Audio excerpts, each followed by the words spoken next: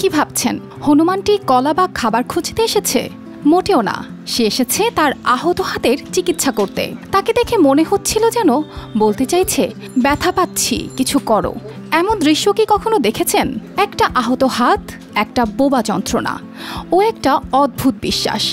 সে জানতো না ফার্মেসিতে পশুদের চিকিৎসা হয় কিনা, শুধু জানতো এখানে গেলেই হয়তো মিলবে সাহায্য। ঘটনাটি ঘটে মেহেরপুর শহরের কাছারি বাজারের এক ফার্মেসিতে। বসুন্ধরা ডায়াপেন্ট এখন আরো উন্নত। এই হট এয়ার থ্রো টপশিট দ্রুত শোষণ করে সোনামণিকে দেয় কোমল অনুভূতি। সেই সময় কাজে ব্যস্ত ছিলেন দোকানিরা। হঠাৎ করেই দোকানের ভেতরে ঢুকে পড়ে একটি পূর্ণবয়স্ক হনুমান।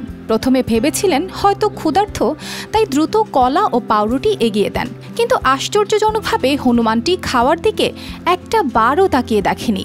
সে এক দৃষ্টিতে নিজের ডান হাতের দিকে দেখিয়ে যেতে থাকে। এখানে ফার্মেসিতে আমরা আমাদের কাজে ব্যস্ত ছিলাম, হঠাৎ করে দেখছি হনুমানটা এখানে এসে বসল। বসার পরে তো আমরা ভয় পেয়ে গেছি।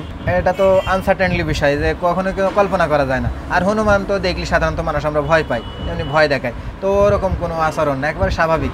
ওইখান থেকে আমি বলছি, বাবু সর এরকম একটা কথা বলছি, ও আবার আমার সামনে এসে বসলো। আমি তো আরও আতঙ্ক। তারপরে আমি বুঝতে পারলাম যে আসলে ওর যেটা প্রয়োজন সেটা ছাড়াও যাবে না। কাছ থেকে লক্ষ্য করতেই দেখা গেল হাতে গভীর এক ক্ষত। রক্ত জমাট বাঁধলেও যন্ত্রণা তাকে শান্তিতে থাকতে দিচ্ছিল না। বললাম যে ই করো, সাব্বির ড্রেসিং করো, হয়েছি ভায়োডিন দিয়ে ড্রেসিং করি, ওটা হয়েছি গজ দিয়ে ব্যান্ডেজ করে দাও, যাতে না হয়, পরবর্তীতে জীবাণু না আসে। দোকানের মালিক হতবাক হয়ে যান হনুমানটির বুদ্ধিমত্তা দেখে, কিন্তু হতাশ করেননি প্রাণীটিকে। দ্রুত ব্যান্ডেজ আর ভায়োডিন নিয়ে ক্ষতস্থান পরিষ্কার করে দেন। অবাক করা বিষয়, চিকিৎসা পেতেই যেন স্বস্তির নিঃশ্বাস ফেলে হনুমানটি।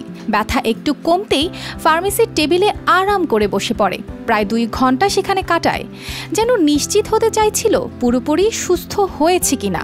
এরপর যেই না ব্যথা কিছুটা কমেছে, হনুমানটি নিজেই ধীরে ধীরে নেমে যায় টেবিল থেকে, এক পা করে বেরিয়ে যায় দোকান থেকে। হনুমানটি হচ্ছে আসলে আমাদের এখানে সাধারণ দোকানে না এসে ওষুধের দোকানে এসছে, এবং ওইখানে মানে তার জন্য একটা হেল্প চেয়েছে। সে হলো অসুস্থ ছিল, তাই যদি আমাদের এখানে আসতো তাহলে হয়তো অসুস্থ মানে খাবারের জন্য যদি আসতো তাহলে আমরা হয়তো খাবার টাবার দিতে পারতাম, কিন্তু আসলে তা না।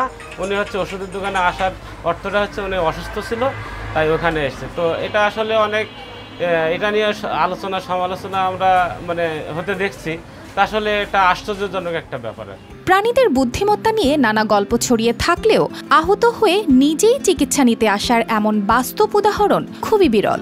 আমাদের মেহেরপুর জেলায় হনুমানের সংখ্যা 70 থেকে 80টি আছে, তবে এরা দলবদ্ধভাবে বিভিন্ন স্থানে ছুটে বেড়ায়। এরা কোথাও এক স্থানে আবাসিকভাবে থাকে না।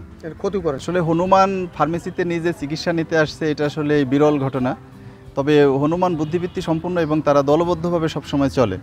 আমরা বন বিভাগ থেকে যদিও কখনো হনুমানের কোথাও অ্যাসাল্ট হলে কোনো সংবাদ পেলে বা কেউ যদি ধরে আটক করে, সেই ক্ষেত্রে আমরা হনুমান সাথে সাথে লোক পাঠাই এবং আমি নিজেও যাই, সেখান থেকে উদ্ধার করি, এরপর পশু হাসপাতালে নিয়ে যায়। সেটা চিকিৎসা পশু হাসপাতাল থেকেও আমাদেরকে যথাযথভাবে সাহায্য করে।